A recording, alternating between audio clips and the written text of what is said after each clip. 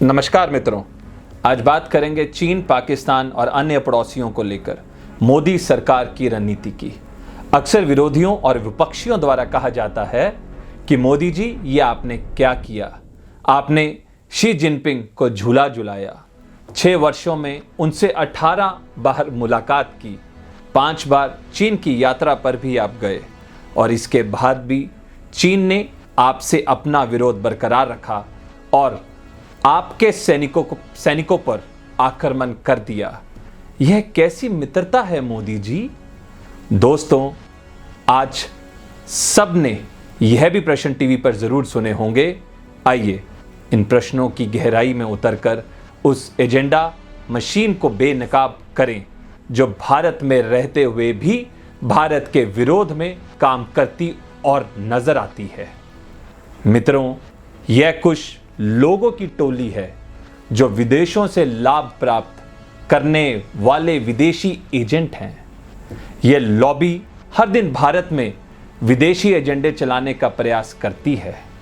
यह लॉबी चाहती है कि भारतीय लोग भारत के लाभ की ना सोचें, बल्कि विदेशी दृष्टिकोण से भारत के विषयों को देखें, चाहे उसमें भारत का भयंकर नुकसान ही क्यों ना हो जाए, क्योंकि इन लोगों को लेना देना सिर्फ उस लाभ से है जो ये विदेशों से प्राप्त कर रहे हैं। मित्रों, आप सोचिए, ये लोग मेरे और आपके आसपास हैं। ये मेरे भी पास में है और ये आपके भी पास में है। ये लोग हमारे ही गली मोहल्लों में, कॉलोनियों में और टीवी पर देखे जा सकते हैं। शाम को जरा टीवी चलाइएगा, आपको पता लगेगा।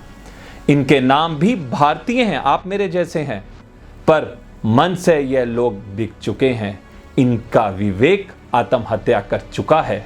समझिए मित्रों, समझिए, इन लोगों की एक खूबी है कि यह लोग अपना स्वार्थ और अपना लक्ष्य तुरंत जान लेते हैं और अपना मीडिया लेकर, वो भी ग्रेट है हमारा मीडिया, अपना मीडिया लेकर उस एजेंडे को चलाने के लिए आप लोगों के बीच पहुंच जाते हैं।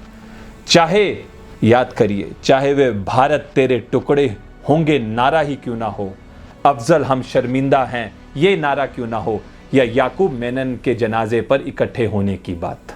कौन है ये लोग? ये लोग आपके विरोध में काम करते हैं, उसके बीच में उतर जाते हैं। पहचानिए इनको, क्योंकि इनका अगला शिकार और कोई नहीं, आप ही हैं। आजकल ये लॉबी इस बात पर जोर दे रही है कि मोदी सरकार अपनी चीन नीति को लेकर सफल नहीं हो पाई और उससे कुछ कमियां रह गई। तो मैं आज इस लॉबी को सरेआम खुली चुनौती देकर इस बात का दावा करता हूं कि मोदी सरकार अपनी चीन नीति में पूर्ण रूप से सफल हुई है और यह सफलता और यह जीत ऐतिहासिक है। यह 1962 नहीं है मित्रों, और इसका श्रेय सेना और इसका श्रेय सीमा पर खड़ी भारतीय सेना के उन जवानों को जाता है जो हर पल अपनी जान हथेली पर रखकर भारत की अखंडता, भारत की संप्रभुता, भारत की एकता को बरकरार रखने के लिए अपने प्राणों की आहुति देने के लिए भी सदैव तैयार रहते हैं। मित्रों, समझिए आप, ये कोई समान बात, कोई इजी बात नहीं है। आज इस चीन नीति की विशेषता समझिए। 2014 में सत्ता में आते ही नरेंद्र मोदी जी ने बहुत अच्छे से जान लिया था कि जिस चीज पर अटल बिहारी वाजपेयी जी ने विशेष रूप से बल दिया, वह थी सीमा क्षेत्रों में सड़कों का निर्माण। और उस समय भी सीमा पर 70 से 72 सड़कों को बनाने पर जोर दिया गया था। पर मित्रों, उसके बाद की राष्ट्र विरोधी, स्वार्थी, घोटालों में व्यस्त सरकार ने इस पर कोई ध्यान नहीं दिया और सड़क निर्माण यूं ही पड़ा रहा। उस सरकार ने ना तो सेना को सम्मान प्रदान किया और ना ही सीमा के क्षेत्रों पर कोई इंफ्रास्ट्रक्चर विकसित किया। मोदी सरकार को आते ही समय और धन दोनों चाहिए था ताकि वह देश की सुरक्षा कर पाए, और यही समय था जब शी जिनपिंग को भारत बुलाकर हम लोगों ने पुचकार पुचकार कर झूला झुलाया और 6 साल तक उसे मीठा लॉलीपॉप दे के व्यस्त रखा। वे बेचारा समझ ही नहीं पाया कि भारत क्या करना चाह रहा है, और जब तक उसे समझ आया खेल उसके हाथ से निकल चुका था। लेकिन कांग्रेस के मित्र शर्मनाक बयान करते हैं मित्रों, बार बार शर्मनाक बयान करते हैं। चाइना की सेनाएं सीमा पर बेबस अवस्था में पड़ी हुई हैं। उसकी गुंडागर्दी सीमा पर चलनी बंद हो गई है।